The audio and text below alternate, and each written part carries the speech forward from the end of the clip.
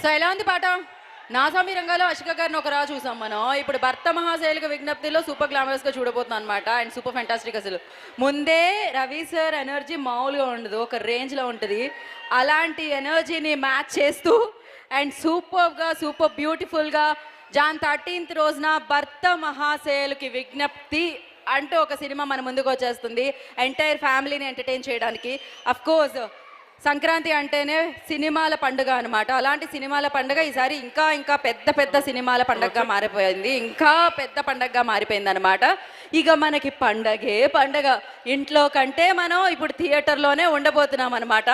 And John 13th super హిట్ని అందుకోవడానికి ఈ cinema, ఫుల్గా ఎంటర్టైన్ చేయడానికి ఈ సినిమా మన ముందుకు వచ్చేస్తుంది.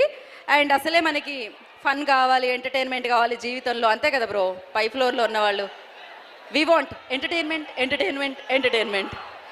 సో అలా ఎంటర్టైన్ చేయడానికి ఈ సినిమా మన ముందుకు వచ్చేస్తుంది. అండ్ ఎస్, మరి ఈ సినిమాకి సంబంధించి మనం మాట్లాడుకుంటూ ఉన్నాము, రవి సార్ గురించి మాట్లాడుకుంటున్నాం. దానికంటే ముందు ఇంకొక గ్లిమ్స్ చూసేద్దాము. So play the glimpse on the screen. Already మిమ్మల్ని అందరినీ పలకరించిన గ్లిమ్స్ని ఇప్పుడు చూస్తున్నాం అనమాట మనం. భక్త మహాశైలకు విజ్ఞప్తి.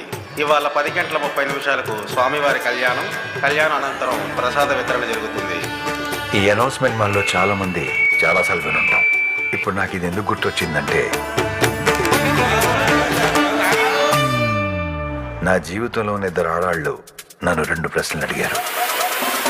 సమాధానం కోసం చాలా ఆలోచించాను. గూగుల్, AI, ChatGPT, జెమిని అన్నిటిని అడిగాను. మేబీ వాటికి పెళ్లి కాకపోవడం వల్ల నన్ను ఇంకా కన్ఫ్యూజ్ చేశాయి. అనుభవం ఉన్న మొగాలని, ముఖ్యంగా మొగుళ్ళని అడిగాను. ఆశ్చర్యపోయారే తప్ప ఆన్సర్ మాత్రం ఇవ్వలేకపోయారు. అలాంటి ప్రశ్నలు మిమ్మల్ని ఏ ఆడవాళ్ళు అడగకూడదని, పెళ్ళైన వాళ్ళకి నాలాంటి పరిస్థితి ఎదురవ్వకూడదని కోరుకుంటూ, మీ ఈ రామసత్యనారాయణ చెప్పేది ఏంటంటే,